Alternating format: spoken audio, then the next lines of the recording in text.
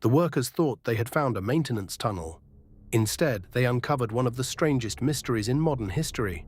Buried beneath layers of reinforced concrete, hidden behind walls that did not appear on any official blueprint, sat a steel vault sealed so completely that nobody on site could explain why it existed. No records, no documentation, no authorization, and according to every government archive they checked, it was never supposed to be there. What happened next would trigger an investigation involving classified files, missing identities, Cold War secrets, and a question that still remains unanswered today. Who built the vault? And what were they trying to hide? The story begins in the spring of 2004.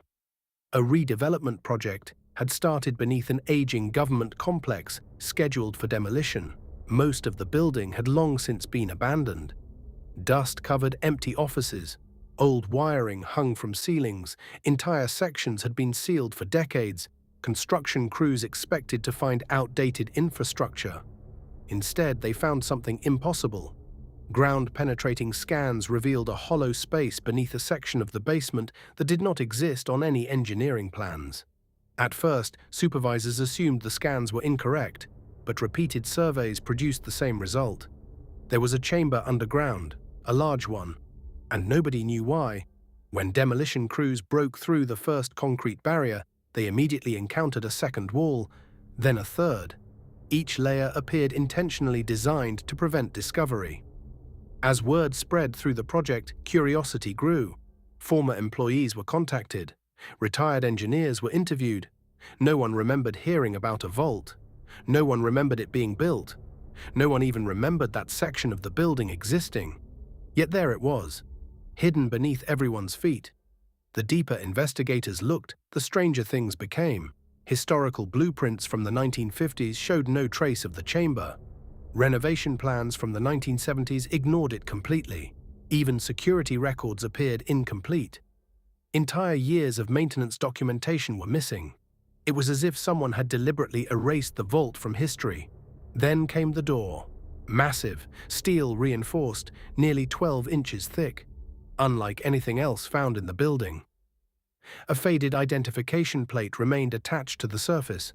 Most of the lettering had corroded away. Only a few words remained visible. Archive Section 7, authorized access only. No agency name, no department number, nothing else. Just enough information to raise more questions. Government officials quickly became involved. Construction stopped immediately.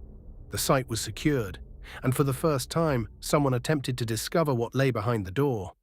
Opening it proved difficult. The original locking mechanism no longer functioned. Specialized equipment was brought in. Engineers spent days studying the structure. When the vault finally opened, everyone expected to find military records or forgotten storage. Instead, they found shelves, thousands of shelves, stretching into darkness, each one filled with boxes, and every box carried the same marking. Restricted.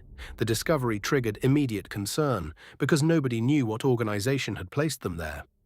Inside the first boxes were documents, thousands upon thousands of pages, reports, photographs, correspondence, personnel files, maps, audio transcripts, surveillance records. Some dated back decades, others appeared surprisingly recent. Many referenced operations that could not be found in any official database. Entire projects appeared to have existed without leaving public traces. But one detail disturbed investigators more than anything else: the names. Many individuals appearing in the files officially did not exist. Birth records were missing, employment records were missing, military records were missing.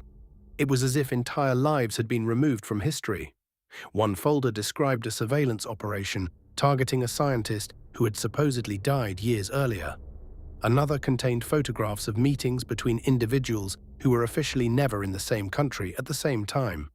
Several files referenced incidents that had no corresponding police reports, newspaper articles, or government records. The vault seemed to contain fragments of an alternate history, a version of events hidden from the public. As analysts continued reviewing materials, patterns began emerging. Most files clustered around one period: the Cold War. For decades, intelligence agencies across the world operated in secrecy. Covert missions, counterintelligence programs, psychological operations, proxy conflicts. Many activities remained classified long after they ended, yet the vault's contents suggested something larger, something beyond routine espionage. Repeated references appeared throughout the documents. Project Echo, Project Lantern, Project Blackwater. No descriptions, no summaries, only names. And every attempt to locate related records failed. It was as though someone had removed them from every archive except this one. Then investigators discovered the photographs, hundreds of them. Many showed ordinary locations: airports, hotels, office buildings, train stations. Others depicted individuals whose faces appeared repeatedly across different decades. The same person photographed in 1963, again in 1978, again in 1992. Yet they appeared not to age. Analysts assumed it was a coincidence, until facial recognition comparisons produced unusually high matches.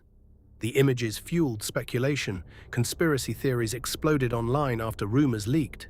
Some claimed the vault belonged to an intelligence organization operating beyond government oversight. Others suggested it contained evidence of covert operations never acknowledged publicly. More extreme theories argued the archive documented a shadow network, influencing global events for generations. None could be proven, yet questions continued growing. Then something happened that changed the investigation entirely. Boxes began disappearing. Not many, just enough to be noticed. An inventory conducted during the first week no longer matched the inventory conducted during the second. Certain files were missing, specific photographs vanished. Entire folders could no longer be located.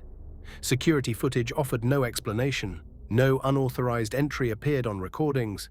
No alarms triggered. Nothing. It was as if parts of the archive were erasing themselves. The discovery caused panic. Access restrictions tightened. Additional personnel were assigned. But the disappearances continued, and strangely, the missing files all shared one connection. Everyone referenced Project Echo. Investigators became desperate to understand what Echo actually was. Eventually, a surviving memorandum provided the first clue. The document described an initiative focused on information management, not gathering intelligence, controlling it. According to fragmented notes, certain events could be altered simply by changing what future generations remembered. Erase records, remove names, destroy evidence, rewrite archives. Over time, reality itself would appear different. The concept sounded absurd, yet sitting inside the hidden vault were thousands of examples suggesting exactly that process may have occurred. Not changing the past, changing memory of the past. One historian reviewing the files later described the vault as a cemetery for forgotten truths. Every box represented information removed from public history. Not necessarily because it was explosive, but because someone wanted it gone.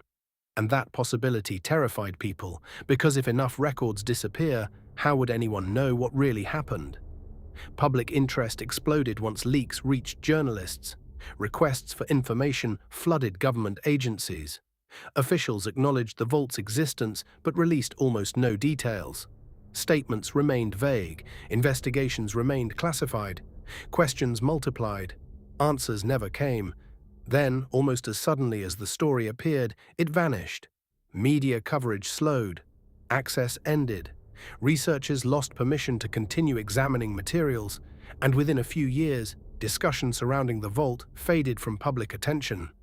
Today, the site remains inaccessible. Many documents recovered from the archive have never been released. Others cannot be independently verified. Skeptics argue the story has been exaggerated over time. Supporters believe only a fraction of the truth became public. But regardless of what actually sat inside the vault, the mystery survives because it touches a fear older than any government. The fear that history itself can be hidden. That somewhere beneath official records and accepted narratives, entire stories may exist that nobody was ever supposed to find. And perhaps the most unsettling possibility is this: the vault was never meant to be discovered. Which means whoever built it believed some secrets were worth burying forever. And if one hidden archive was found by accident, how many others are still waiting beneath the surface?